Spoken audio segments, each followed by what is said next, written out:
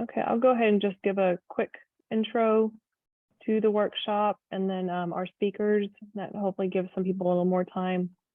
They can hop on when they're ready. So thanks everybody for joining. This is a MBE and WBE certification workshop. We realize that, and I guess I should introduce myself. My name's Luz Denise. I'm with LA Architects, but I'm the chairperson for the AIA Small Firm Roundtable.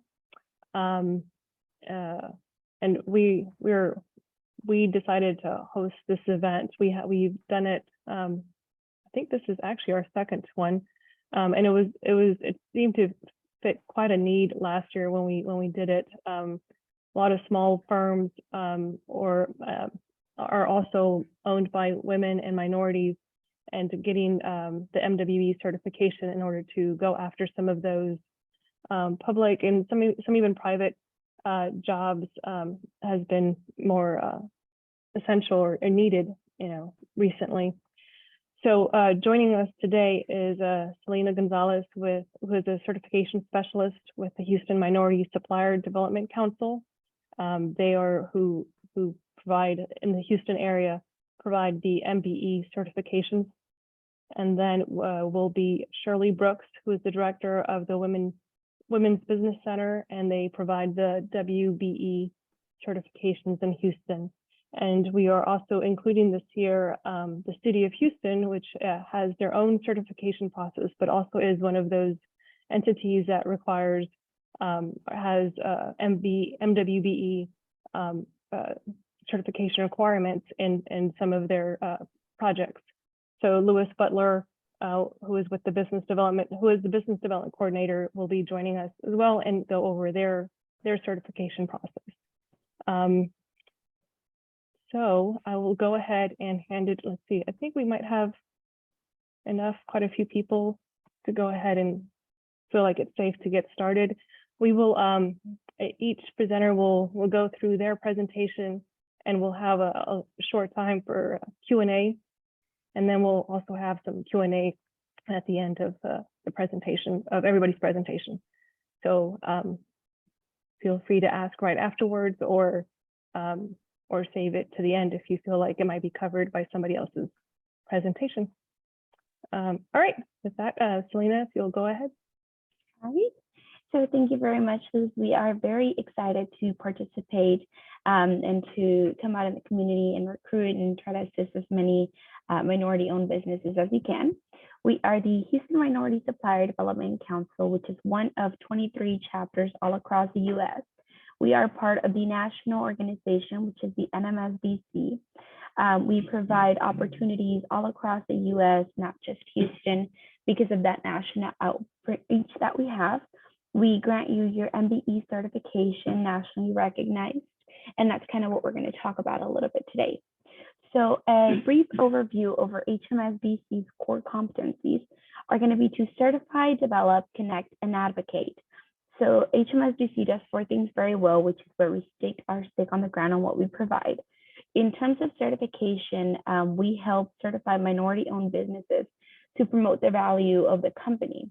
We also help develop you because we understand that people come to us at different stages, and we want to help develop your business. The more you grow, the more opportunities that you're eligible for. As your business grows, we will help connect you all across corporate America because of that national outreach that we have. And then in terms of advocacy, we will help promote the growth of your business. So what is our certification? Our certification is going to be a detailed process that states that a business has gone through and verified that they meet the criteria for certification by NMSDC. This is a 5 out of 5 scale that we work on. It's not a weighted scale, so you can't have 3 out of 5 or 4 out of 5. You have to have all 5 out of 5 in order to qualify for a certification. Those 5 items are going to be that the business needs to be controlled, owned, and managed by an ethnic minority. The ethnic minority must have the expertise in the functional mission of the business, and the business must be an independent for-profit company. One of the biggest things that we look at in terms of that expertise is as it varies with MBEs and WBEs, which is what we're here to talk about today. A lot of businesses come to us seeking WBE certification and MBE certification. And the way that we determine if that business is eligible for MBE certification is, does the business owner operate and successfully have the expertise in the business? So say, for example, my husband and I open an IT firm. He has all the IT experience. I have all the administration experience and HR. I manage finances. We're going to say that I own 51%, he owns 49%, so that our business qualifies for MBE and WBE. When we go through the HMSDC certification process, the application will not be approved because if my husband were to leave the business, he takes all the expertise with him, and I cannot operate that company without him. Whereas if I leave the business, he could hire a bookkeeper, he could hire an HR manager, but all the expertise of the business relies with him. So that's kind of how we factor in that expertise into our certification process. Some of the benefits of being certified with us are that you have your validation of status. You will have different opportunities for sales, for marketing. We actually offer a weekly alert that we send out on a weekly basis. We allow an opportunity for our partners and our MBEs, our corporates, to broadcast any events, any opportunities that they have for outreach to the community, and kind of you have that broad network of people that you're sending this targeted emails to. We have access to a mentor protege program when you sign on board with us. When you certify, we will assign you a fellow ambassador, is what we call it, who is a fellow MBE that has tried, tested HMSDC, knows the ins and the outs and how we operate and how to best take advantage of what your certification offers. So they will be there as a point of contact for you when you come on board to kind of help you navigate the certification world and the supplier diversity world. We have access to different educational programs, both internally and externally, to help your business grow. We have different sectors that we help you in, whether it's financials, whether it's HSSE, whether it's cybersecurity, but we will help your business grow from within so that your company is eligible for more opportunities. We have access to financial and technical assistance and support, so we can help get you educational programming, working capital. If you need any funding, we can help with that. You will have access to a national and an international market access. What this means is that you can get sourced for opportunities here in HMSDC from one of our 150 corporate members, or nationally with all the corporate members that we have. So you don't necessarily have to get sourced through us, but because when you certify, your profile becomes active in our national central database, you can get sourced for opportunities all across the US. We'll have access to customer requirements, and we will increase business development initiatives and provide that advocacy for you. To a lot of newly established MBEs, it's really hard to navigate the certification world. There's a lot of different certifications. There's the MBE, the WBE, the SBE, the DBE. So HMSDC is doing the best efforts to try to become a one-stop shop for certifications. So what we do is when you certify with us, you get that MBE, which is nationally recognized, and you have access to a fast-track application with Metro, with the City of Houston, with private corporations, with the Port of Houston, and you will receive automatic hub certification. Because we're part of that NMSDC network from one of the 23 councils, you will have access to what we call subscription services to any of the other councils. What this means is, say your company, your HQ is here in Houston, but you have an opportunity in Dallas and you're looking to expand, or an opportunity in Austin, an opportunity in California, wherever else that you're looking to expand to. We have councils that cover those areas. So what you do is you subscribe to those councils. You don't have to go through the same certification process that you went through with us, because we all follow the same guidelines. So you have access to that expedited certification, reciprocal certification via subscription services. And they would treat you as if you had brick and mortar over there. you're eligible for other opportunities, all their procurements, all their marketing, all their networking, all their events. You have access to everything from that council without having to undergo the certification process. So what actually does the certification process for us entail? Everything is done virtually. From the moment that you complete your application by visiting our website, you will submit all of your supporting documentations and you'll submit the application. That's when it enters what we call the desk audit stage, which is where I'm going through and verifying your application, making sure all your I's are dotted, T's are crossed, and that your file reads like a book, that everything is aligned. I will also be conducting a site visit during your desk audit. This site visit is currently being conducted virtually in lieu of COVID, but it's essentially like an interview setting, just that one-on-one, try to get to know you on your own terms, learn a little bit more about how your business came to be and how it's working now. When that's all complete, your file is deemed complete and then it goes through for our certification compliance committee for review. The committee can make 1 out of 4 recommendations, which is 1 to approve, meaning a straight approval, approved pending, meaning they have a question. They want us to ask you. If your answer is good, then you are good to go. Tabled means that they did not have enough information to make a decision on your file. So they want us to ask you for some more and they want to see you back at the following meeting. Or denial. If you do receive a denial, then you have 30 days to appeal to that denial if you feel we've made an error. The basis for denial are going to be one of the 5 reasons that I mentioned earlier. Although your file gets approved, then you get invited to an interchange. An orientation, which we call interchange, that is for all newly certified MBEs. So certification kind of works like a cycle for us. The first Thursday of the month, we host our pre-certification workshop. The second Thursday of the month, our certification compliance committee meets in order to review documents. The fourth Thursday of the month, the board will meet to review those recommendations. And then again, on the first of the month, you will get invited to that interchange orientation. So Thursdays is a very busy day for us, but that's kind of how the certification cycle goes. So depending on where you fall in our cycle, that helps you determine how long your certification process will take.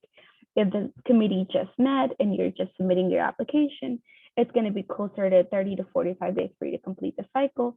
If the committee has not met and you submit a perfect application, then your process could be done in potentially a week to 2 weeks.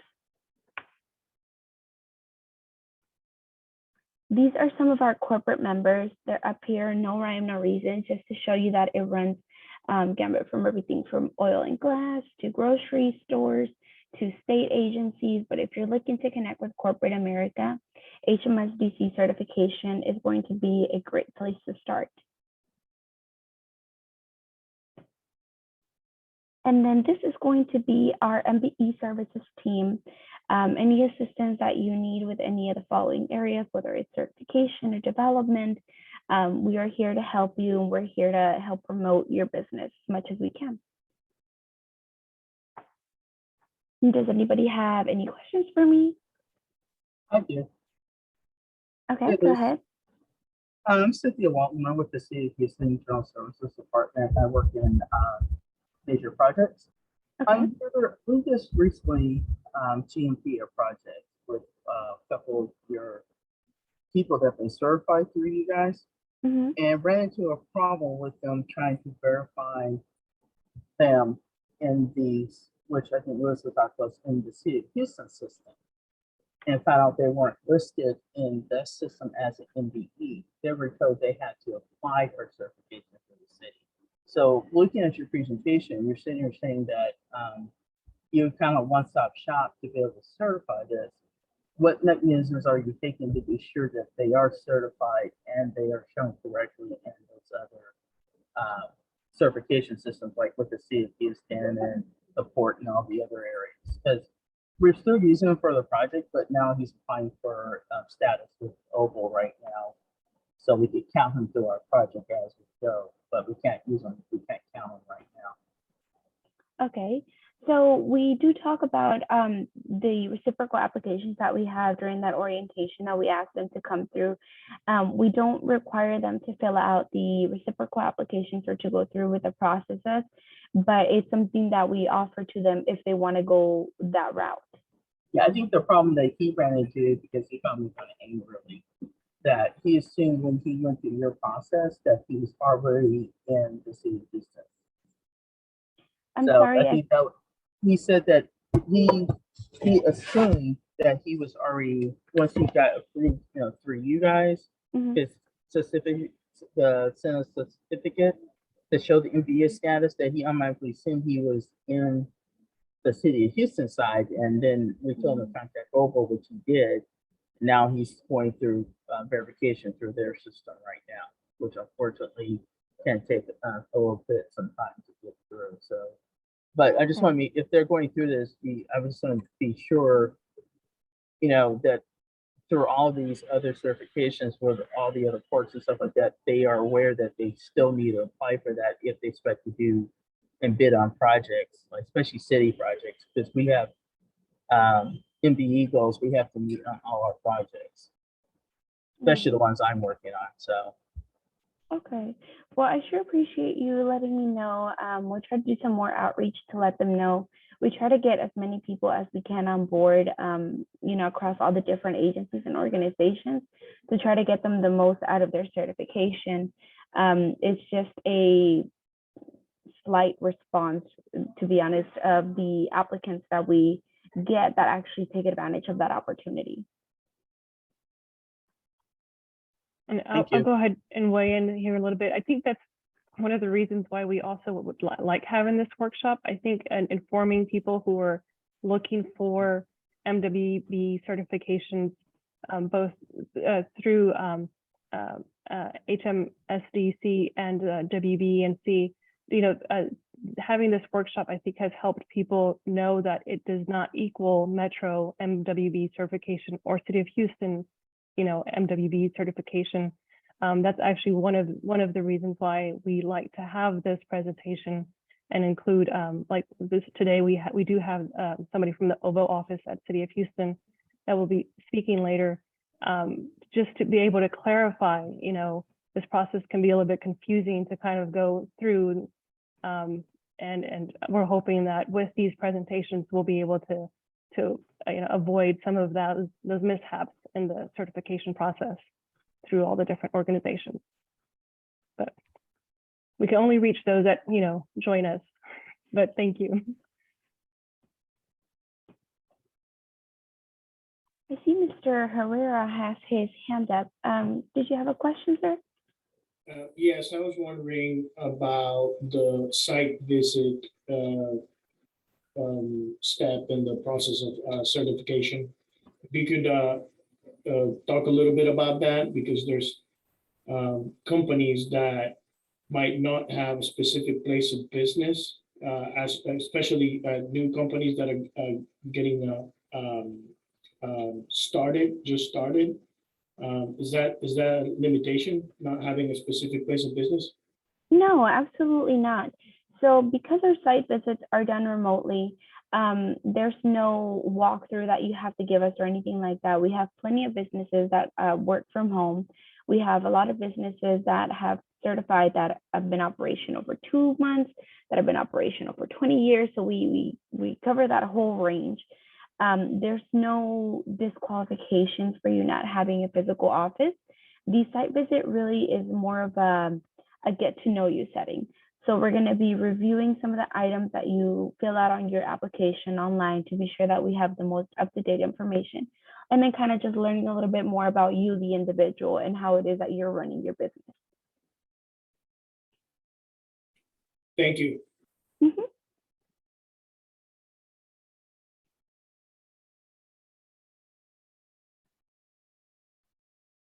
All right, if those are my questions, I'll give it over back to Luz. Thank you. Yeah, great. Thank you, Selena. All right, and we'll go ahead and move on to our next presenter, Shirley Brooks, who is the director of WBENC. I hope I said that right. I'm sorry, Shirley, who does the WBE certification. I get lost in the acronyms. I'm sorry. Is joining us to go over their process, their certification process. All right, Shirley, you can share your screen, Shirley. She's muted. She's Yeah, muted. you're muted, but I heard Okay. I saw the 1 second, so I got Okay. it. And I am the director of the Women's Business Center at the WBEA WBC Women's Center. And I am a program under the local RPO, the Regional Partner Organization for WBENC, which is WBEA, the Women's Business Enterprise Alliance. So the Women Business Enterprise Alliance is the third-party certifying agency here in Houston, or we cover 94 counties actually, who certify on behalf of WBENC, the WBE and WBE certification. And I run a program called the Women's Business Center. So we do business development there. And then can y'all see my screen? Nope. Not yet, no. Okay. So,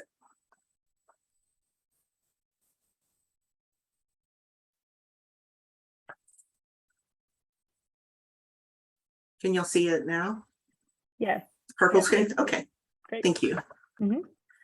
And one more thing,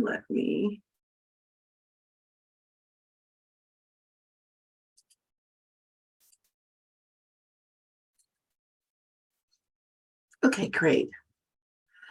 So where do I start here? The network, the WBENC's network is set up, made up of 14 territories. If you see here, we are the yellow gold at the bottom, the WBEA.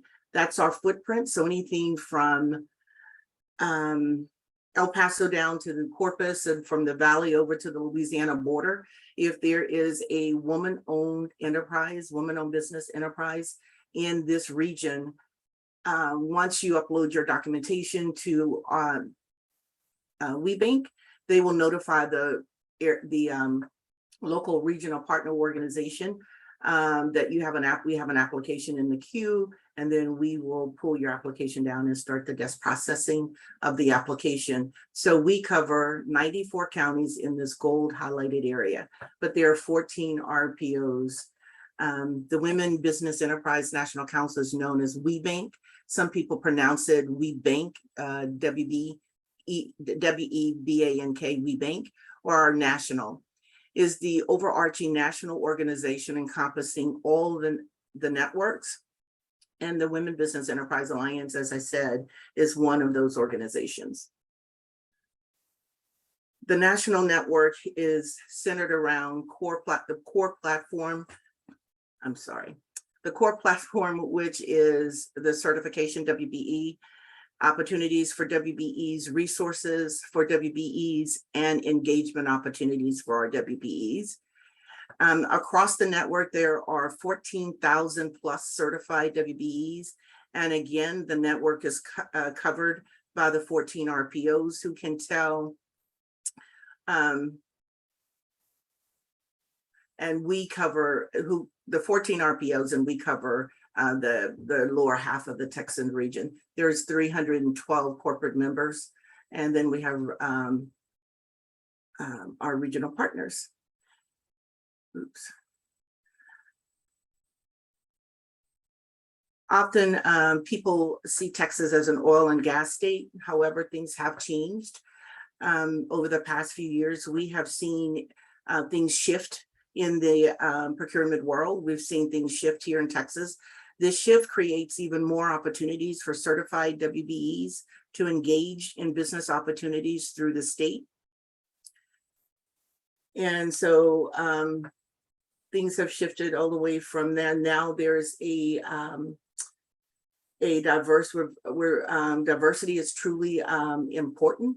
And as of March 4th of 2021, there is an executive order for inclusion. There is a NGLCC or LGBT business enterprise certified supplier certification supplier here.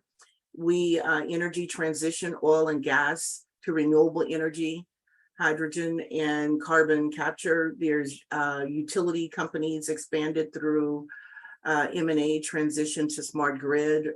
So there's been oops, sorry, there's been many changes that are happening. Medical center evolved to include major technology and investment incubators spurred growth for the research industry. So there's a ton of change that are happening in the supply diversity realm, and we are happy to be a part of that.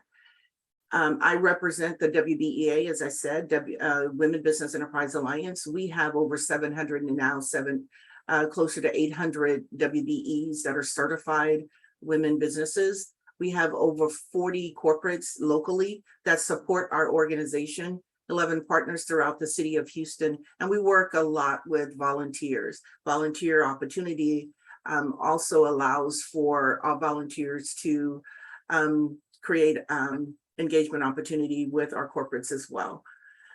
Contributing to the local revenue, our WBE last year generated over $15 billion to the Houston economy and representing over 48,000 job created. The top 5 industries, as you look at this number, you'll see that it does not equal 100%, but the top industries that are receiving contract at this time, the largest portion of contracts coming out now is professional and scientific and technical services. 16% is administrative and support, waste management, remediation services. Then we have construction, which we are starting to see an increase in construction, wholesale trade as well, 7%, and 5% transportation and warehousing.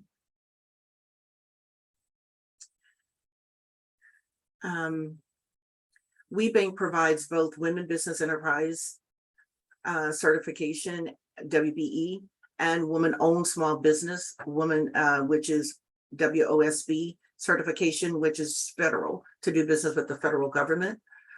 The federal government is the largest purchaser of goods and services in the world. They spend over $500 billion a year. For WBEs, or for woman-owned small business certification and disadvantaged women-owned small businesses, there's $120 billion set aside for those certified agencies or businesses.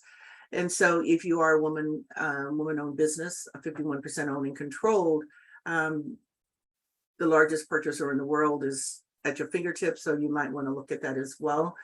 An unlimited, fully digitalized proprietary database is what WBENC uses to notify small businesses, notify their WBEs of contract opportunities, as well as for ways that WBEs can look and see what is going on with the corporate world, who's doing what kind of contract opportunities are there. So once you're certified as a WBE, you become a part of this proprietary database. You can market to individuals in that database. And there's also several opportunities throughout the course of the year to network with other WBEs, because there's multiple ways that you can become you can get involved in a contract. If you can't be the prime, you can become a tier 2 or tier 3. And so those are other ways, but WBENC Link is the proprietary database for all of our certified WBEs. WBE certification criteria. The applicant company must at least be 51% owned by one or more women, 51% controlled of the business by one or more women, and the daily management of your company must be run or controlled or managed by a woman as well, or women. Contributions of expertise and capital to create this business must be able to be proven by a woman, or that those contributions had to come from a woman or women to start the company.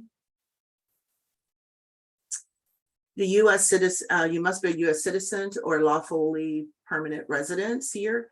In case in the case of a company publicly owned, the business at least 51% of the equity of which is owned and controlled by one or more women who are U.S. citizens and lawful permanent residents. The highest position in the company also must be held by a woman. The WBE certification criteria, there must be proof of active management and daily operations of your company is controlled by a woman. And I'll just add, your information should line up with your documentation. Sometimes we'll have a woman say that I really run this by myself, nobody helps, but the documentation, your Schedule K or your operating agreement or your bylaws has some clause in there that you may not or may not have known, but it does have some restrictions on your ability to run the company solely as woman-owned. So it's important to make sure that what you're saying verbally is what your documentation is providing. WBE certification mandatory and required documents. We do have a list that I will pop in the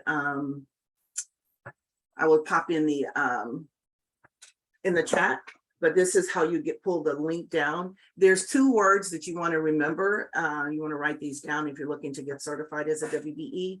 Mandatory documents require that you give an explanation if you do not have that document. If it asks for 3 years tax returns and you only have 2 years tax returns, that's mandatory. So you'll have to open up Word and type an explanation as why you do not have all 3 of those tax return years, or if it's another document. If it says mandatory in the application, then you will have to give an explanation.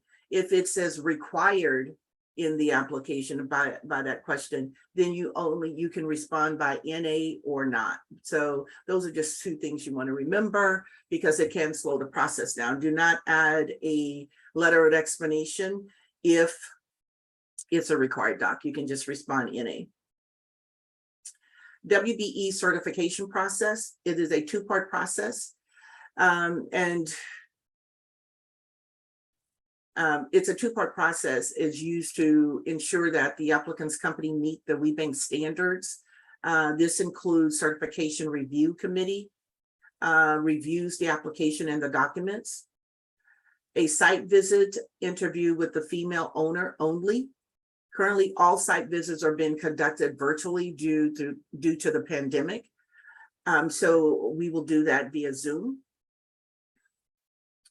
The certification process can take up to 90 days. That's our standard. Can it happen faster? It can, but we must tell you, at least warn you that it could take up to 90 days to process your application. The application process fees are non-refundable. We promise to process your application within that 90-day period. But we can't guarantee what the outcome will be because we are underwriting according to WBENC standards. Recertification is every year. So you'll have to recertify once a year. You'll get a notification. Same fee structure, less paperwork though. You only have to upload documents that have changed over the year. And the fees start at $350 and they go up to $1,250. And it is based on the business revenue for the previous year that's on your tax return. There's 5 steps to apply.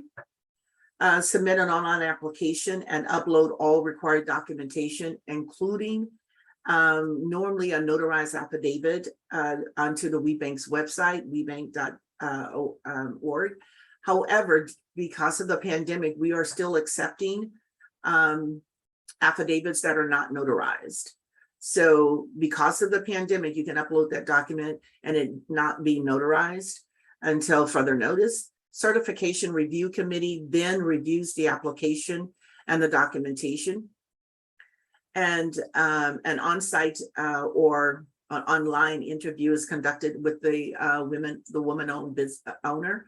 Certification review committee then votes to approve or deny the application. The final decision is made by the president of the organization, and she will then inform the applicant of approved for certification or denied. For technical issues, we do have a way, since you are uploading onto WBENC's website, if you run into technical issues, sometimes, well, you have 90 days to get all your documents before the system times out. So if you're working business owner, you're in and out of the system. You don't always get to finish in one sitting. So you are able to go in and out. You have 90 days. If you get locked out or you forget your password, there's a way for them to reset your password, but it is password protected. Our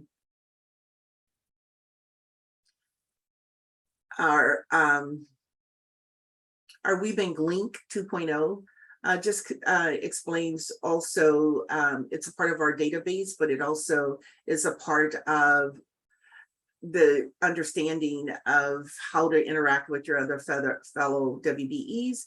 So that's another document. Benefits of the WBENC certification. As a WBE, your company can connect with 40 local corporate members and over 14,000 other WBEs. Once you're certified as a WBE in any one of the RPO areas, that certification can allow you to do business throughout the United States. You do not have to get recertified in another state to do business. Your certification is a national certification.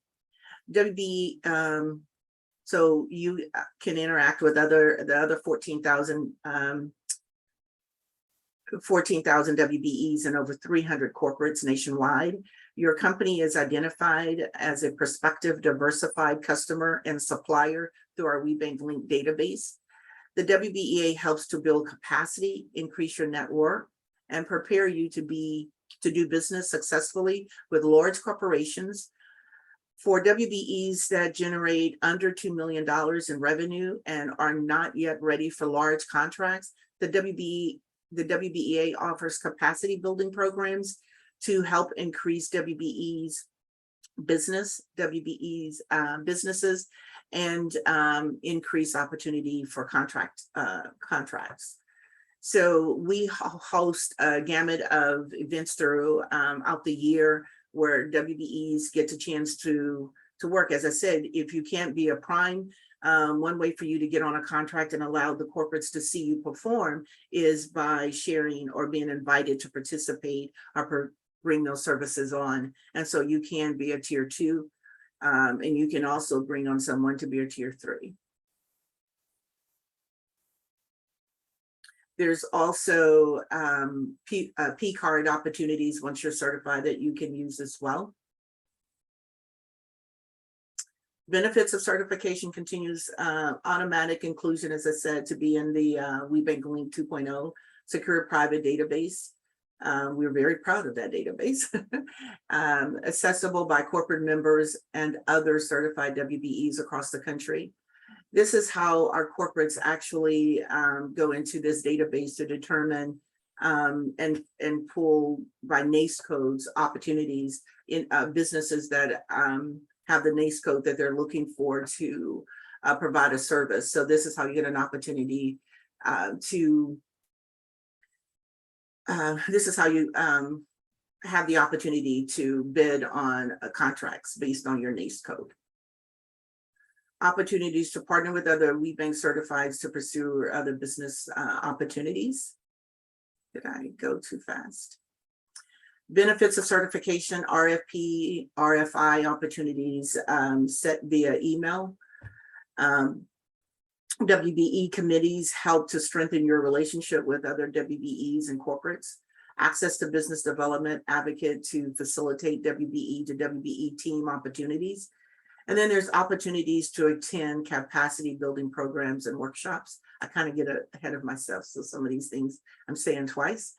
Benefits of certification. WBENC is an approved third-party certifying. WBENC is an approved third-party certifier for the United States Small Business Administration, the SBA, Woman-Owned Small Business, WBE federal contract programs. The SBA does a wonderful job in hosting trainings on how to find out ways to find out how if the federal government is buying what you're selling. But we also host those events at the training center. Our WBC center is funded by the Small Business Administration, part of our grant requirements is that we partner and collaborate. So we do a lot of collaboration as a resource partner with the SBA locally. But if you really want to find out how do you access that $1.2 billion to find out if they're buying what you're selling, this is a, anytime you see that the SBA is offering that training, it's a great training to register for. It's always free. And the same way, if I'm offering it and they're speaking at my center, it's always free. 30 to 60 days after you have been certified as a WBE, we are able to automatically approve you if you requested during your application phase for the HUB certification for the statewide historically underutilized business. So we do certify. So we certify as a for WBE certification for the federal government, WBE certification, and the state agency HUB. Other opportunities for engagements. Summit and Salute is a national annual summit. The annual Summit and Salute usually happens in March. They had the first one since COVID in Atlanta. I think they had 3,000 to 4,000 women show up for that event. This is an exciting event. Usually there's so much training. There's so many corporates that are participating. It's a great event to not only network and be seen and see other small businesses, but it's a way to really discover what corporates are doing and get some leadership development training. We also have student entrepreneur programs, share your knowledge. We bring in subject matter experts. We bring in some of our top performing WBEs to mentor in these programs, iron sharpen iron type of events, and they are really great. World-class programming to enhance business development and growth. So there's all types of programs out there for women right now. And a lot of those programs are being collaborated with WBENC. A lot of the corporations are collaborating on those, bringing some really in-depth development to our WBEs. Opportunities at the WBEA, we have a golf tournament. We had for the first time in August 10th and 11th, we had a 2-day hybrid conference where we had a pop-up, and small businesses were able for the first time since COVID come out, meet and greet each other and support each other through purchasing. But they also got a chance to hear from corporates on what corporates are doing in the real world right now in terms of getting back out there, getting opportunity to meet with buyers. And so we also had at our conference a meet the buyer. So based on your NACE code, we had buyers let us know what they were buying, and we were matching clients. So we were doing matchmaking. Those events are really successful. If you want to know how to get an ROI back on your investment in your certification, is anytime that there is matchmaking going on, be it on the national level or the local level, make sure you're at those events, but make sure you show up ready. You get your pitch together and you're making sure that you can win that business. Also, programming. There's all kinds of programming that we offer at the Women's Center.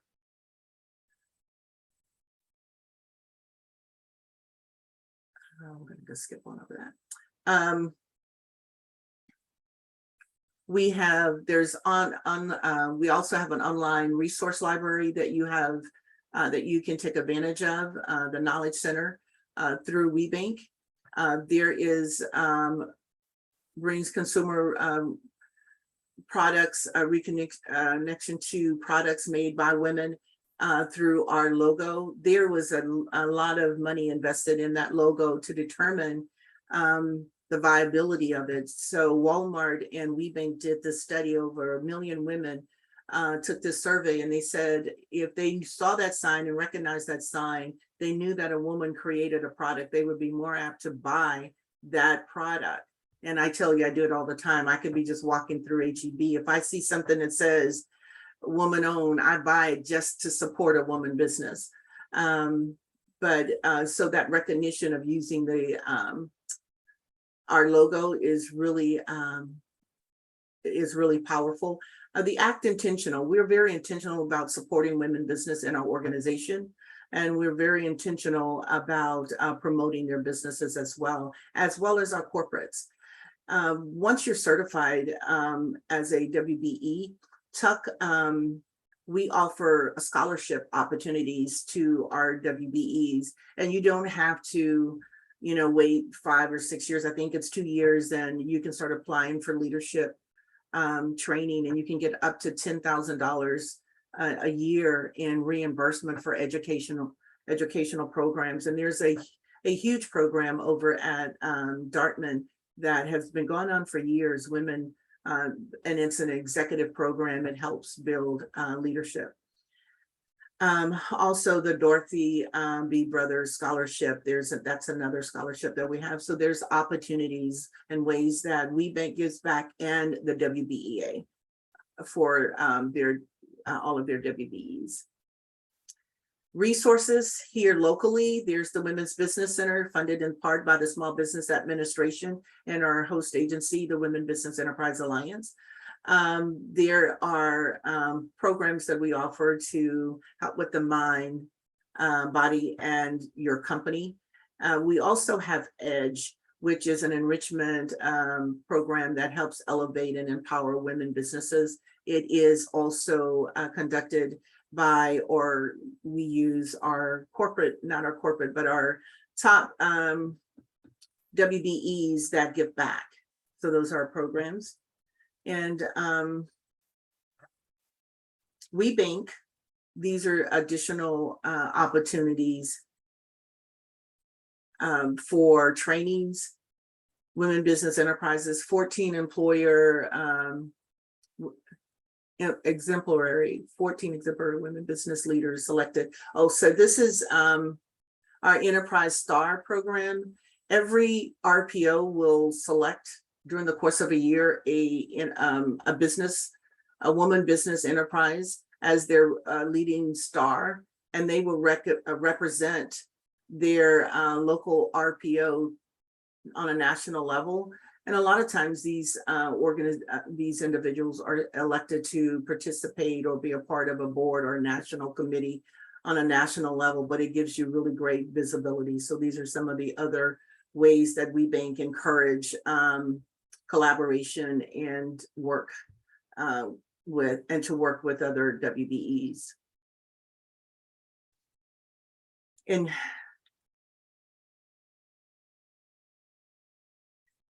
this is our list of ways that we can contact. As I said, we have an 800, an 888 number, really a conference line number to be able to help assist our, I don't know what's going on there, but something's going on. But so we have the 888 number is a hotline number. Lily Campbell is the most dedicated director and certification manager I've ever met. And she is our certification person. Also, Jewel is a strategist, growth, and business resilient coach with the Women's Business Center. She spent 22 years with Centerpoint, and she's able to provide lots of leadership. She teaches this training on a monthly basis. Every first Friday of the month, we have a How to Get WBE Certified, and she is the person that teaches that course. And April Day is our president. So if you have any questions, I'm open for questions. I have a question. Good presentation, by the way. So my question is that so opportunities, like we have stuff coming up to bid, how do we get the word out through your organization? Because we have one of the biggest problems I'm running into, especially on the 7 projects I'm bidding right now. I can't get enough WBE participation. So I'm trying to find ways to expand that. I would really love to schedule a meeting with you, and you can drop your information with April Day, the president. It shouldn't be that hard for organizations like yourself to women get certified for those type of opportunities. So if you can, I would like to schedule a meeting with you on April day so you can figure a smoother way to make sure that if you have contracts that need to be sent out to our database, that's done. I would like that because we need to expand our network, and it's right now, it's just we're not getting the WBEs that we need. Or I'm not sure if they're certified, somehow they're not. They're getting missed. So I'm just trying to find a way to reach out to them. Okay. Okay, I'll drop my contact in the chat. Alrighty, I was just looking for that. Thank you. Anyone else?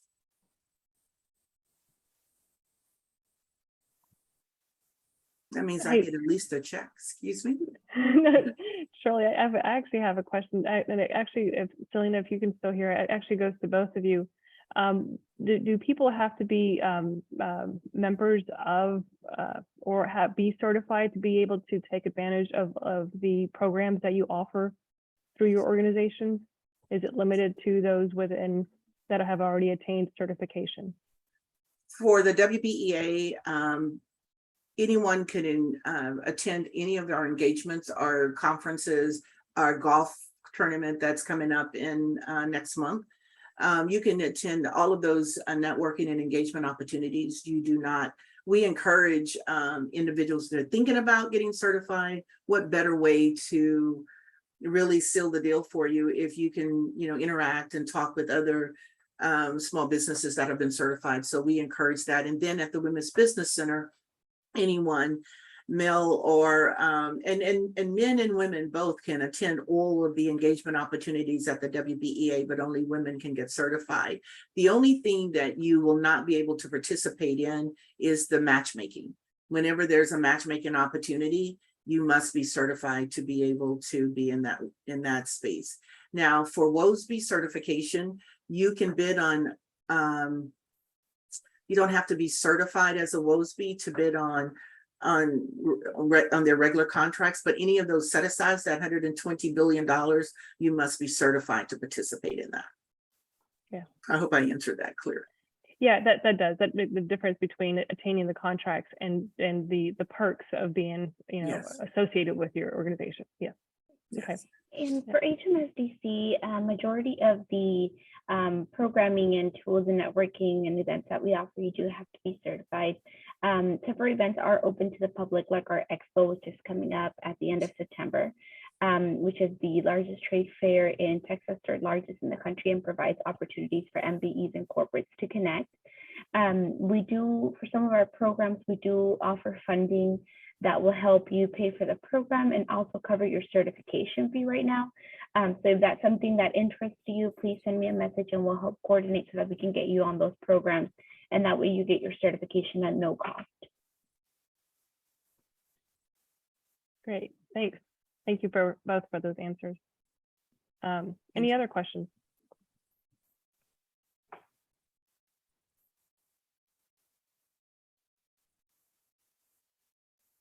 Okay. Shirley, thank you so much. Thank you. Always a pleasure to hear you speak. All right, we'll go ahead and go on to our next presenter is Lewis Butler. He's with the City of Houston. He is the Business Development Coordinator, and he will be going over the City of Houston certification process. Lewis, if you would like to share your screen. I'll stop sharing now. Yeah. Okay. Okay, and I'll go ahead and pull mine up.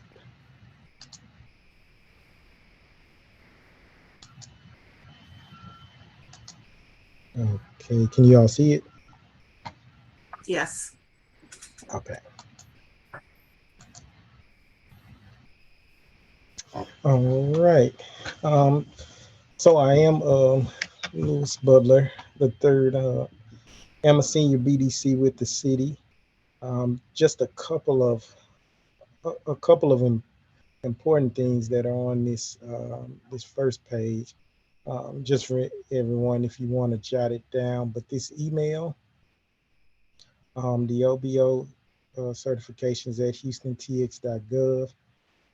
If you have any questions or that you wanted to know about certifications with the city, you could always email us here, as well as you could call us at this number listed below to be able to answer any of your questions that you may have.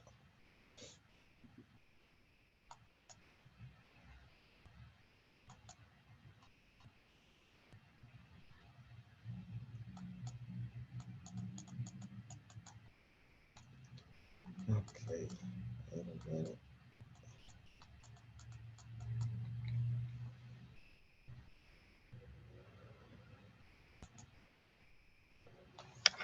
Click back.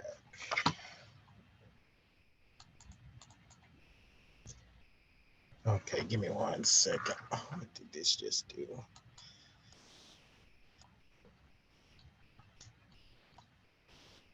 All right.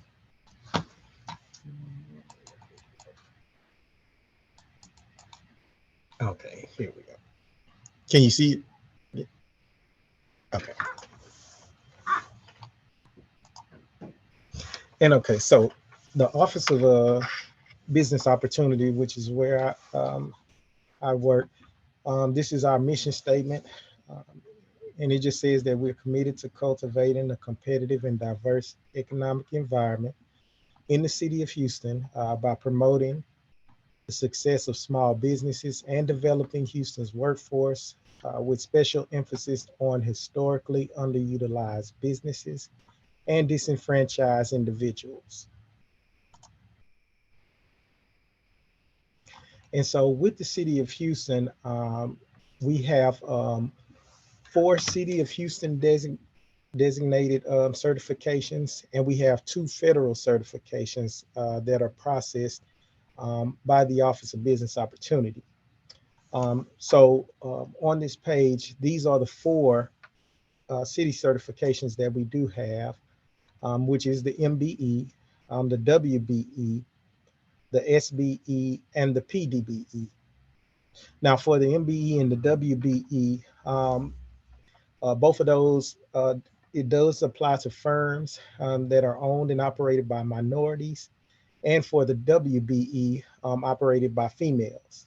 Now, with each of those certifications, there are goals that may be applied to each of those certifications to any locally funded contract type.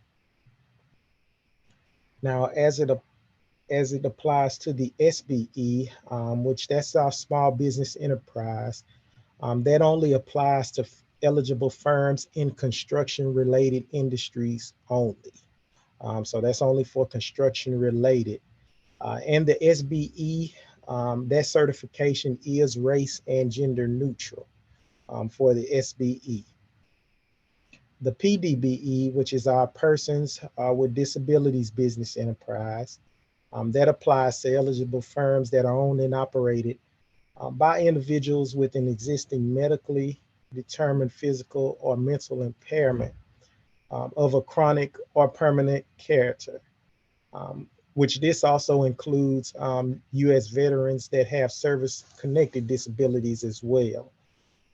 So that's for the PDBE, and these are our 4 local certifications with the city of Houston that we have. And also, these are the 2 federal certifications that we do provide, which is the DBE, the Disadvantaged Business Enterprise, and the ACDBE, which is the Airport Concessionaire Disadvantaged Business Enterprise.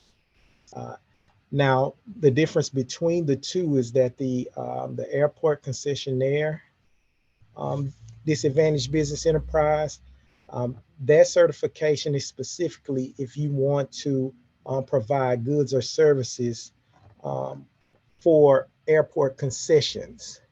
And those can be services ranging from food to retail, beverage, advertising, marketing, vending, and Wi-Fi services.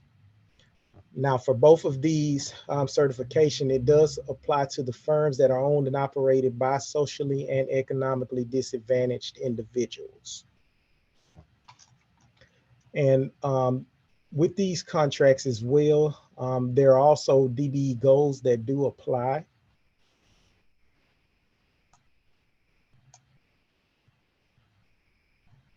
And so here, these are just some governing regulations that we have as far as it relates to our local programs and the federal programs. Now, our local programs, which is the minority, the women, the small business enterprises, they are governed by what we use is the Code of Ordinance, which is Chapter 15, Article 5.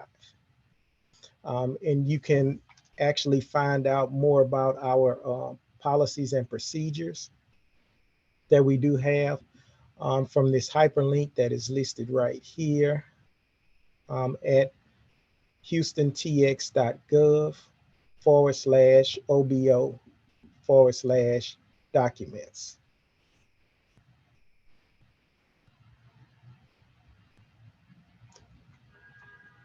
And the federal programs that we have, which are the DBE and the ACDBE, those are governed by our Code of Federal Regulations, which is we use 49 CFR Part 26 for DBE, and we use 49 CFR Part 23 for ACDBE.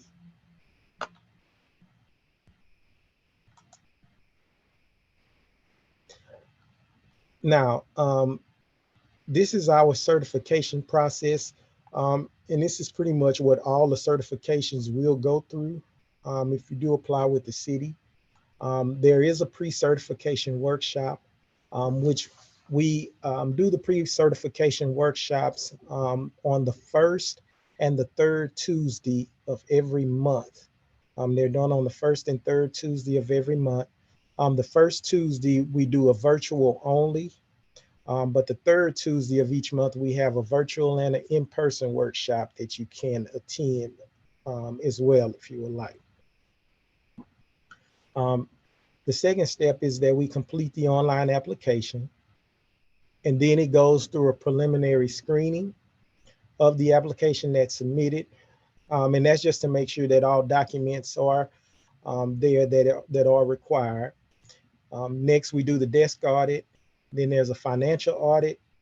There is a site visit, which we do those site visits similar to what was listed earlier. We are doing those virtual because of COVID. And then after that, there's a committee review. And finally, there's the certification approval or denial. And this is important right here because all applications, they must be submitted online. All applications are to be submitted online only. And you can just visit this website, the HoustonTX.gov/OBO, and that they'll have more instructions and details that are listed on there.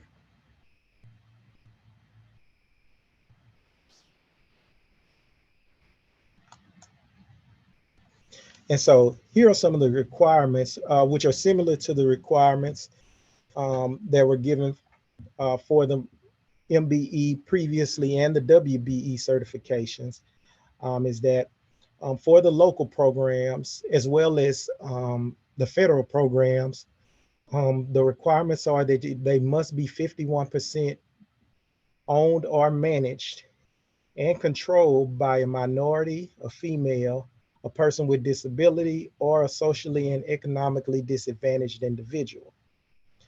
Also, for all certification types,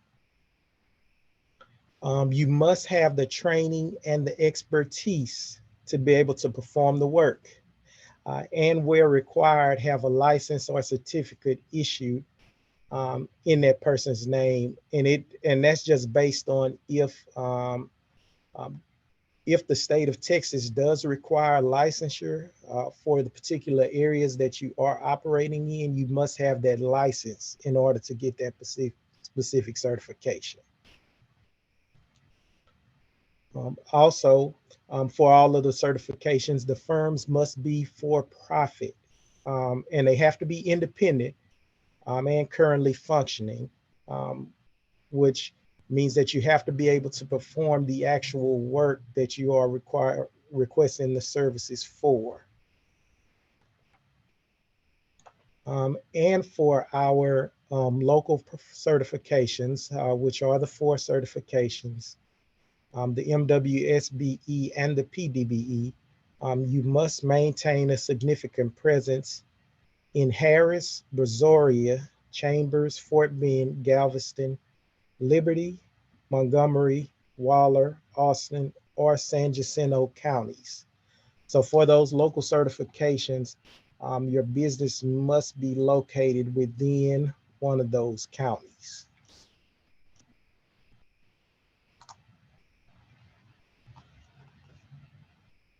And so for all of the certifications, they must meet the Small Business Administration size standards that are provided.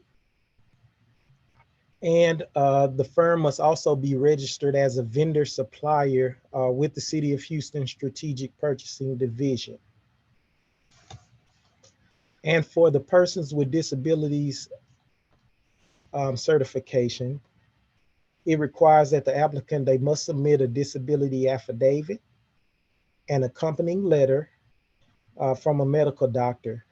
And so veterans that are applying for the PDB, they must demonstrate service-connected disability by providing either the disability rating letter, which you get from the Department of Veteran Affairs, or the disability determination from the Department of Defense.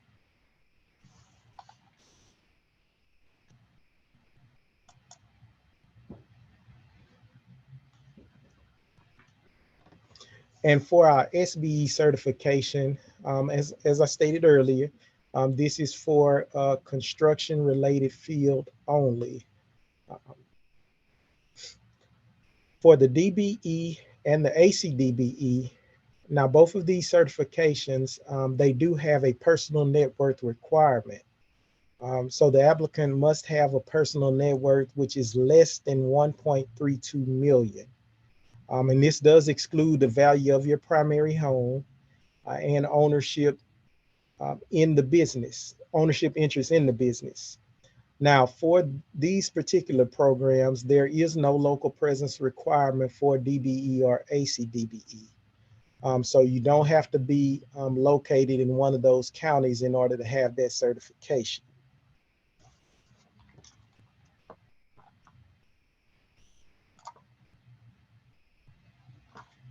Now, the City of Houston, the NGLCC, which is the National Gay and Lesbian Chamber of Commerce, which is the exclusive third-party certification body that verifies the eligible businesses are majority owned by LGBT individuals and subsequently grant certified LGBT business enterprise designation to such businesses as part of the LGBT Supplier Diversity Initiative. Now, this went in effect March the 1st, 2021. So the City of Houston will recognize the NGLCC certification for the Houston area businesses that meet the city size standards. Now, contractors, you can search the certified firm directory to identify these businesses. Also, you can become a member of your local affiliate chamber to not only leverage local membership benefits, but also to take advantage of complimentary national certification. The NGLCC waives the certification fee for businesses that choose to join their local affiliate chamber. And if any of you all are interested in this particular certification, you can go to this website for requirements and additional information.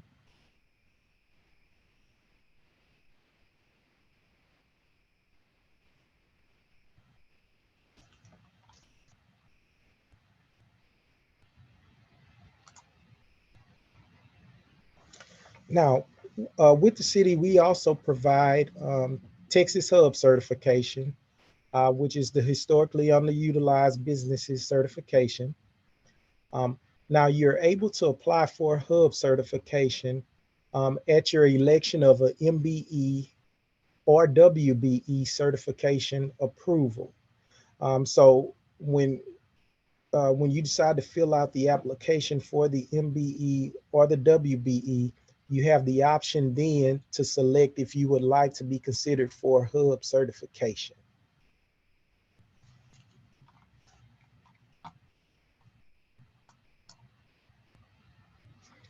And these are just some of the eligibility requirements for Hub. The owner must be a U.S. citizen. They must be a Texas resident. The principal place of business must be located in the state of Texas. The owner must also have a proportionate interest and demonstrate active participation in the control, the operations, and the management of the entity's affair. Also, the business must be at least 51% owned by one or more persons who are members of the following groups, which is American women, Asian Pacific Americans, Black Americans, Hispanic Americans, and Native Americans.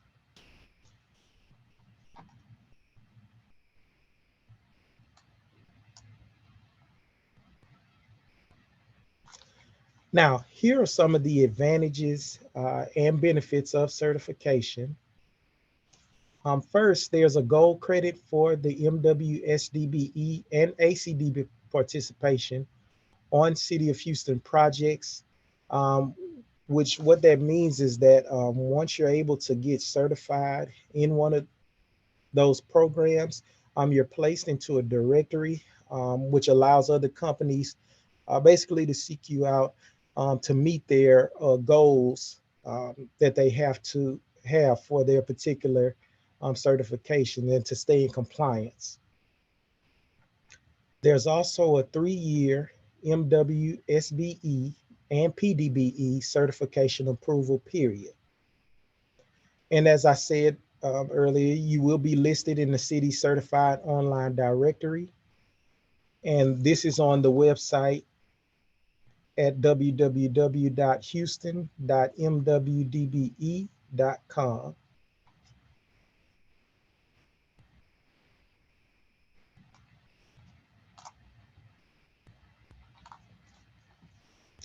And so these are just some of the places that are also accepted that the City of Houston, some of the benefits and the different agencies that accept the certifications as far as Metro, the EPA, Houston First Corporation, Housing Authority, KBR, Fort Bend ISD, Houston ISD, the Department of Transportation, and the Port of Houston.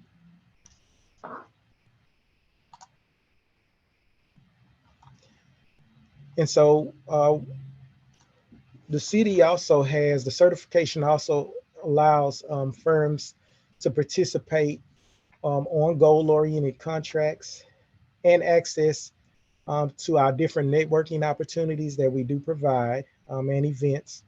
We have a Meet the Buyer Purchasing Forum every year. We also have the Interagency Mentor Protege Program, and there's the Turner School of Construction Management.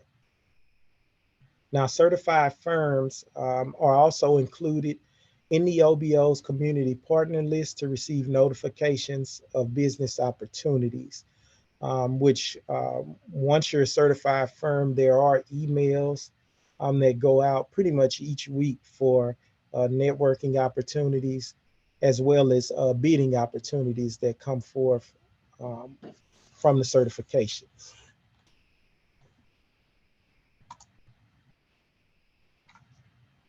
Now, this is just our certification updates and changes process. So once you receive a local certification, which is one of the 4, these certifications are updated every 3 years. So that's the MBE, WBE, SBE, and the PDBE. They only have to be updated every 3 years. The federal certifications, the ACDBE and the DBE, those certifications have to be updated annually. And at any given time, you can fill out change forms to update ownership, address, email, or phone and fax numbers. And all our updates, they are done on the city site, which is the portal at the www.houston.mwdbe.com.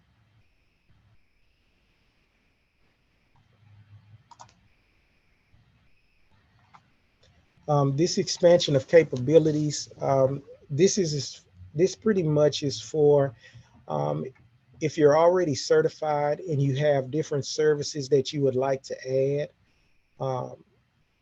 to your current certification, you can fill out what we call the expansion of capabilities application. And now, the requirements for the expansion is that you must have the training, expertise, and the licensure to perform the work. And the work must be performed by the applicant firm, not subcontractors.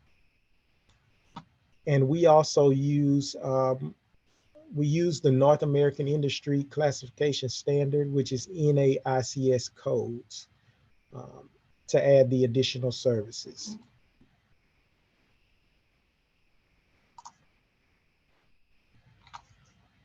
Now, our program, pretty much over 1.2 billion was awarded to small business, small minority and women-owned businesses during Mayor Turner's administration.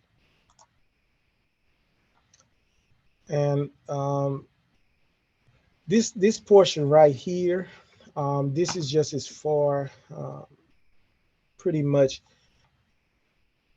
it just explains that there are certain grounds that you can be decertified from a certification. And that revocation period is for a period of 5 years. But this was just some of the examples to where you could be decertified. I'll just give a couple of minutes, well, like a minute or so for you just to look over some of these.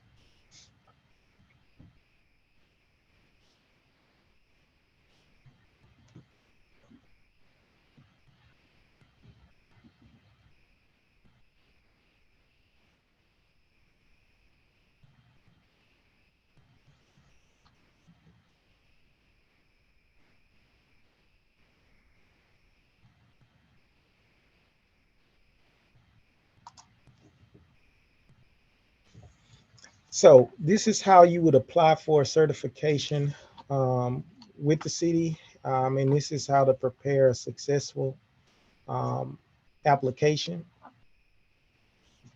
Now, all applications are to be completed and submitted online to the houston.mwdbe.com. This is the portal pretty much used for all applications.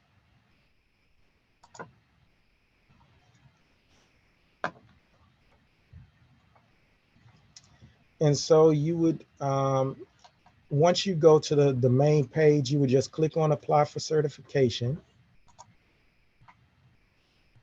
And then you would choose new certifications to create the account.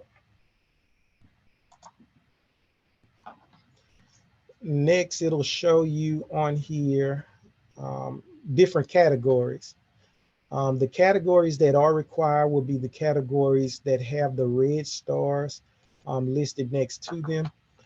The other categories, you can place information in them, but they are not required. Now, one of the main things is making sure your email and your username, making sure that you do have, that once you place that username and email and that password in, that you make sure that you write that down and you do remember that password and put it in somewhere safe, because that password will not change. Now, if you do forget the password, you are able to go on and request a password reset. But once you do fill out this information, it does not change. The next page it will send you to, and you would select your firm is currently not certified by the city.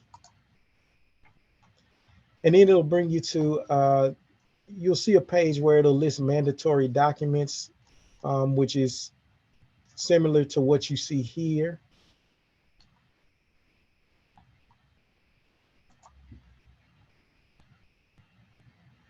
And then there'll also be a document checklist. And this is just, would be based on what type of business that you do have, whether it's a sole proper or corporation.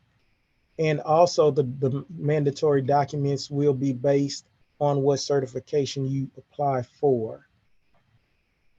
And this is just some examples of what you would see as you go onto the pages. And these are just some examples that are continued.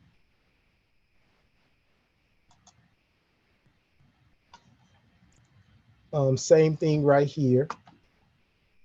Now, important when applying with the city is that you have to have that documented proof of contribution. And that's just the initial amount that was used to start the business, as well as you want to provide any receipts or bank statements.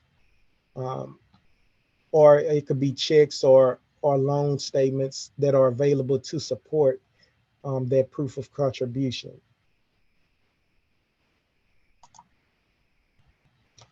And this is just a document checklist continued. And these are some more things that you would see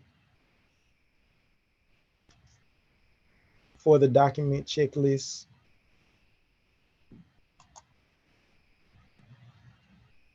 And so just a couple of things, the DBE and the ACDBE checklist, they do mirror the actual local certifications checklist, with the exception of these 5 things. These are the extra 5 things that you would have to have when applying for the DBE and the ACDBE, which is personal tax returns for each owner, each disadvantaged owner, for the last 3 years, schedule of salaries that are paid to all officers, managers, owners, and directors, a list of employees, their job titles, and the dates of employment, any trust agreements that may be held by any owner claiming disadvantaged status, and year-end balance sheets and income statements for the past 3 years.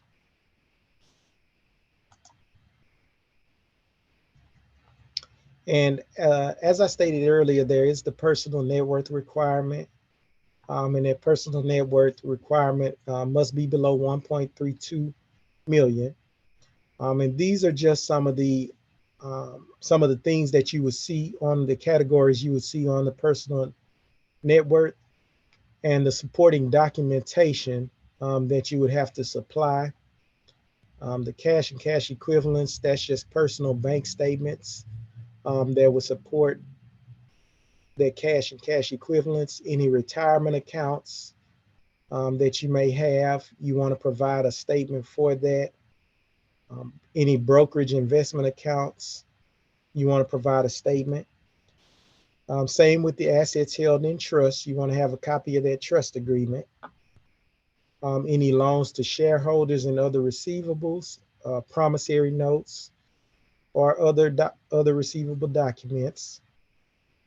Now, real estate, as I said earlier, you do not include your primary living residence. But if you do have any real estate other than or rental properties, you would include that, and you want to include mortgage statements or property tax statements to show that value. Life insurance, you're only we're only looking for the cash surrender value only. And you want to have a letter that reflects that. Your personal property, which is vehicles, jewelry, or other valuables that you may have. You want to provide statements or insurance of value. And for the vehicles, you can use the Kelley Blue Book value.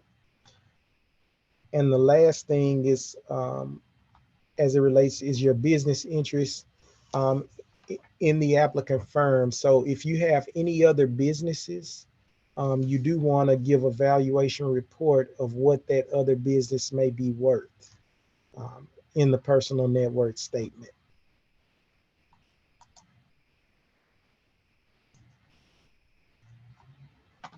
And this pretty much just says there are two ways that you can upload the PNW.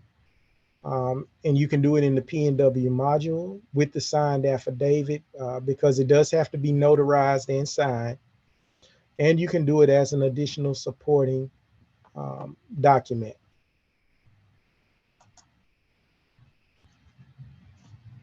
Now, as they mentioned earlier, there are mandatory documents and there are required documents that you must have. And these are just some examples of some of the mandatory documents that you would have to have for any applications. As far as documented place of business, birth certificates, passport, naturalization papers. Those are forms of mandatory documents that you must have.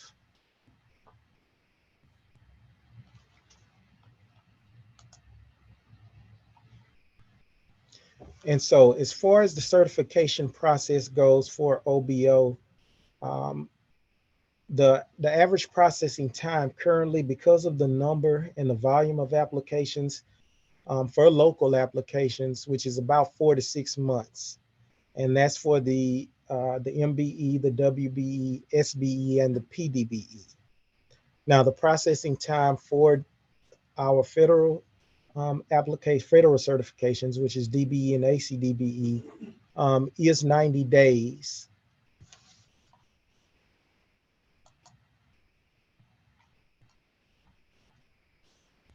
And this just shows this is the preliminary screening process, which is done once the application is received.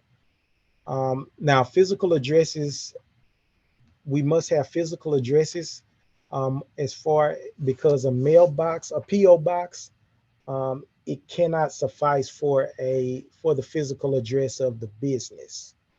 So you must have an address on file. Also, the ownership section, it must be completed by all owners.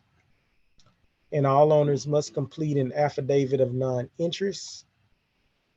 And only owners making up the 51% ownership should complete the affidavit of certification.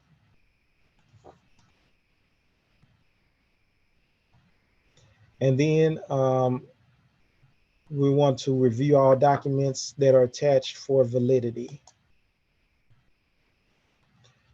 Now, if there are different areas that the pre-screening will fall into. So if it's significantly incomplete, which this can result in rejection, this is failure to submit at least 50% of the documents. It results in the application rejection. Now, if the application is rejected, you have to wait at least 30 days before you can reapply. Now, if there's more than 50% of the documents are attached, but the application is missing documentation, you will receive a document request letter via the online application system. So you would get a notification of what documents were missing so that you can submit those documents in. And once the application is suitable for assignment to a certification officer, you will receive a notification via the online application portal, which is the HoustonMWDBE.com.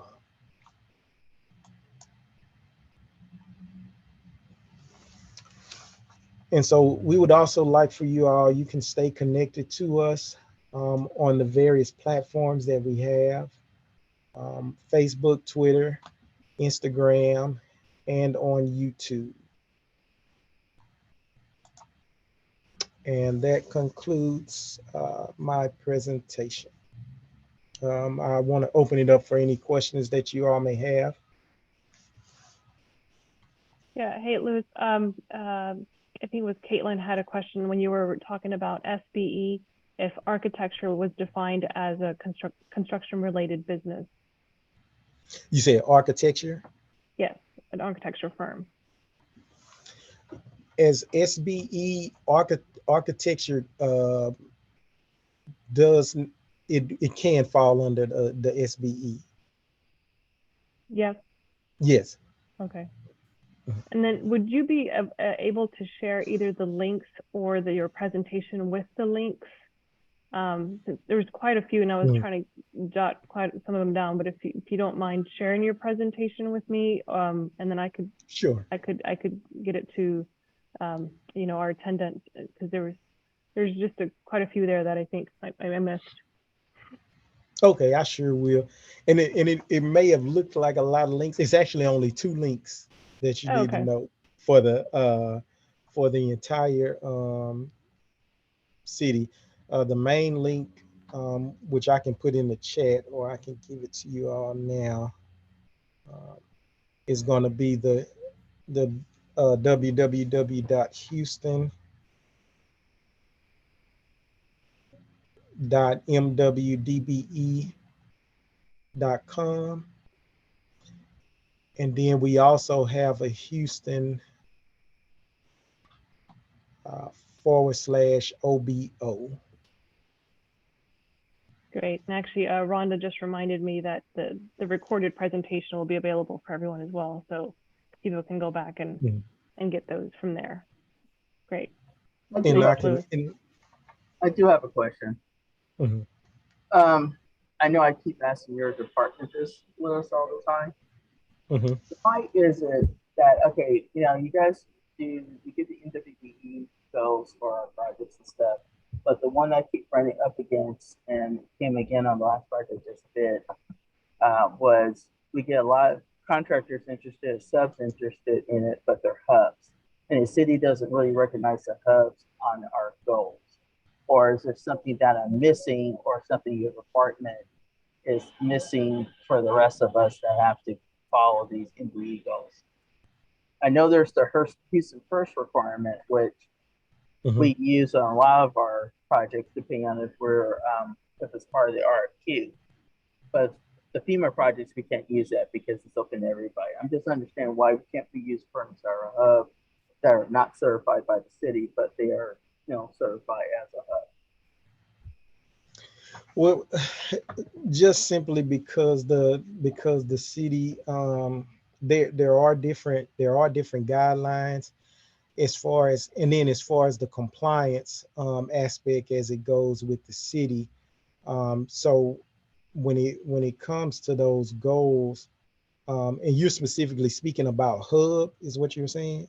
Yeah, because like I just finished bidding a project recently, and we got a lot of interest in the sub-trades interested in bidding on the project, but the majority of the ones that came up with some of the best pricing, we couldn't really use because we have our percentage we have to meet. There were hubs, but never applied for certifications. Yeah, okay. And so, but a couple that were certified for the previous presentation, the MD, the minority supplier one, they are currently applying for certification. They literally just submitted their application a few weeks ago, but unfortunately, we can't count them right now because they're not certified. Yeah. But if they have that certification, is a way to expedite them for approval. Yeah. Now, like you said, now you do, when it comes to the goals, you will have to be certified with one of the certifications, because you can get hub without being certified.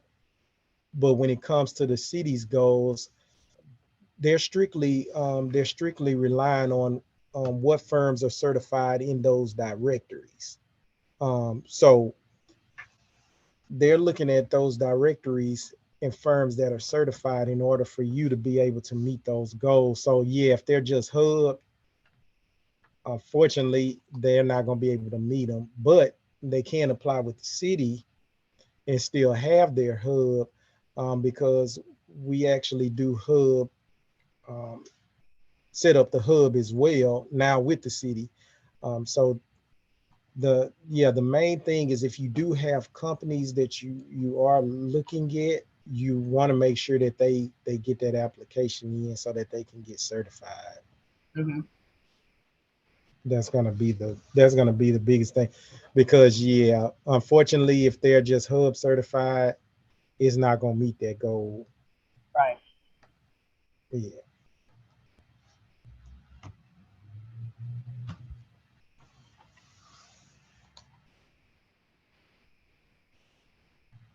All right, any other questions? We can go ahead and open it to all of the speakers. They're all still on. If somebody, you know, just thought of something or wanted to kind of circle back to something.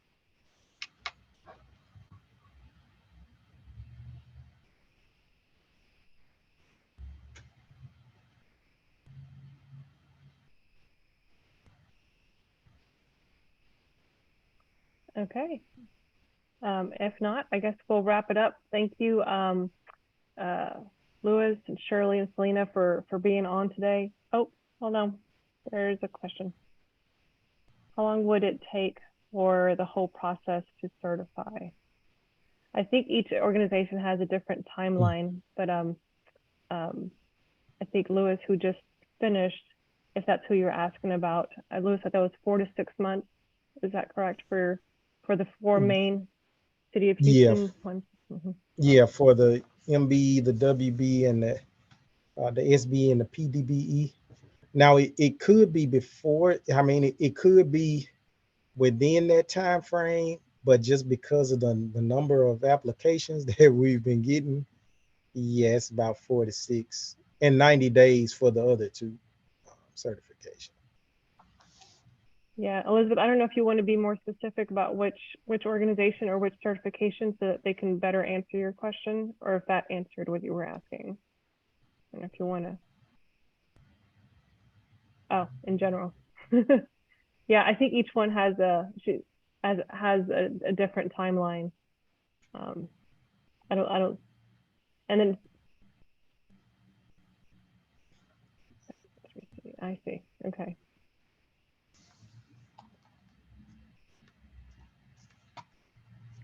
Well, I think if Elizabeth, if you are women business owned, you could go through the WBEC, and I think it's a shorter timeline. Shirley, you might correct me if I'm wrong, but I think it's less than the 4 to 6 months that the City of Houston, if you wanted to look at getting the WBE certification, and they also do hub. Mm-hmm. Yeah. And then Selena posted in the chat about the what the MWBE certification would be.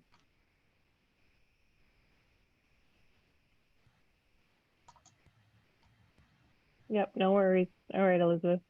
Let's see.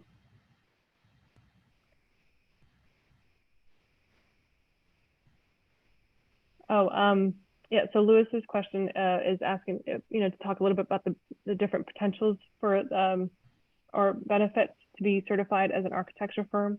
I think what you may have noticed is Cynthia Walton, who's with the City of Houston and has obviously expressed on the call the need for more WBE certified organizations applying or submitting for the projects that they are posting.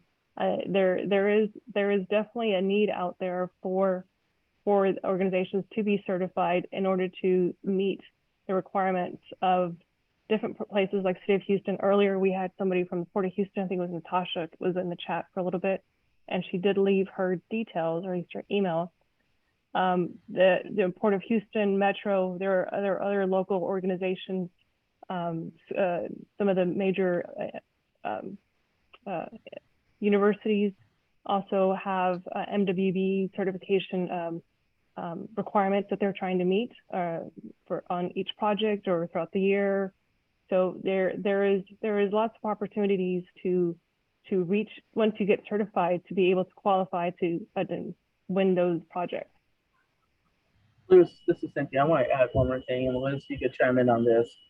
On recently, I think it was last year sometime, OBO increased, there was a directive that came down where if you are a certified MBE, certified through the city of Houston, especially if you're going after certain contracts that have goals, the minority or the WB, I know it's the MBE for sure, can be counted to a percentage of the MBE goal. So if there's a design goal of say 24%, and you're going to be doing, and you're a minority-owned firm, you could count yourself up to 50% of that work. So somebody was asking what is the advantage of that? If you, even through construction, you could count a percentage of yourself towards that goal. Before they weren't aligned, but that was one of the significant changes that came down last year, which I think helps increase, but it's just a matter of getting that word out there so people understand it better. I've seen that recently on one of those latest proposals I'm just reviewing right now, and several minority firms have counted themselves, and it helps reach the goal and sees the goals a little bit. Yeah, that's great. Thanks, Cynthia. Louis, does that help answer your question? Oh, there we go.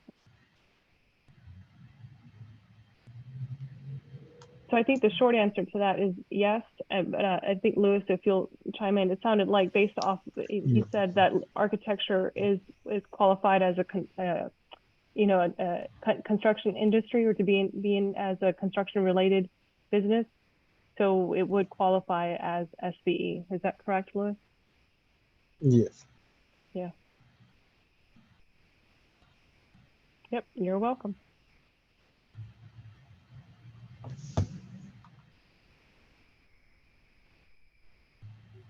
All right, and anybody else want to chime in?